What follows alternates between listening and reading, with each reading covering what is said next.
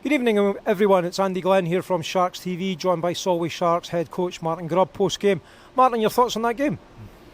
Obviously disappointed to lose our home opener. There was still some good things in the game from our point of view, but ultimately our penalty kill, again has not been good enough. We've got to find some answers for that, and you can't give a team as good as Leeds these opportunities.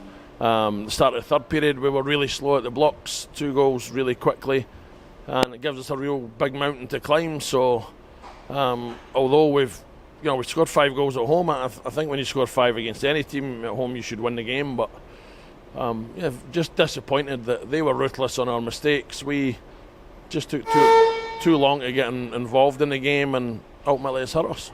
Well, they were ruthless certainly on the power play, because that was probably the difference. They're hitting 70% on the power play. It was a difficulty for us, wasn't it? Yeah, it was ironically our best PK was 5-3. I thought we'd done a really good job on that, and then I think it was 22 seconds we had to kill off on 5-4 and we conceded. You just can't do these little things. We changed it 2 or 3 times to read what Ryan had done with his group, and credit to them, their power play was lethal, but we just made it too easy, and we've done a lot of work on it, and players are like understand, and it.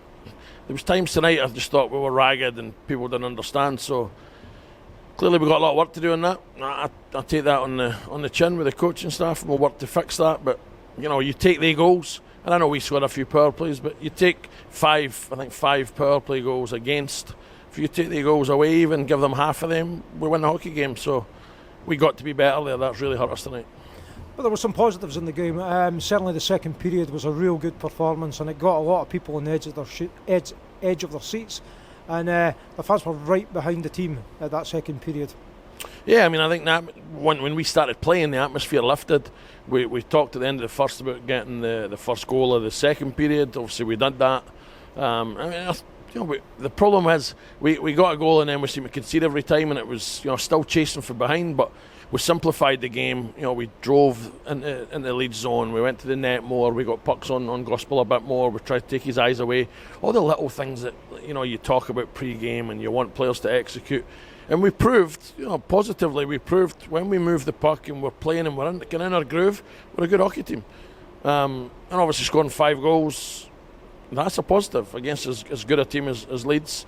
So we've got to look at these things, but ultimately, we got nothing out of the game, and there's still more to work on than there is to be pleased with. But we've got a good group in there, and we'll regroup and we'll go again tomorrow. Well, one question I was desperate to ask you. You've been around hockey for about a gazillion years or something like that. You've turned grey by it. Let's be honest. Have you ever seen a goal on a delayed penalty like that? You're involved in a game like that, or the Sharks' second goal? No, I've seen it. I've seen it on TV and watched a lot of hockey, but not that I can remember being involved in actually a game where it's happened. And as it got on its edge right in front of the bench, I kind of was talking it into the net. I could see it going. And as soon as it got on its edge, you kind of knew it was going to go, and it's unfortunate for Leeds.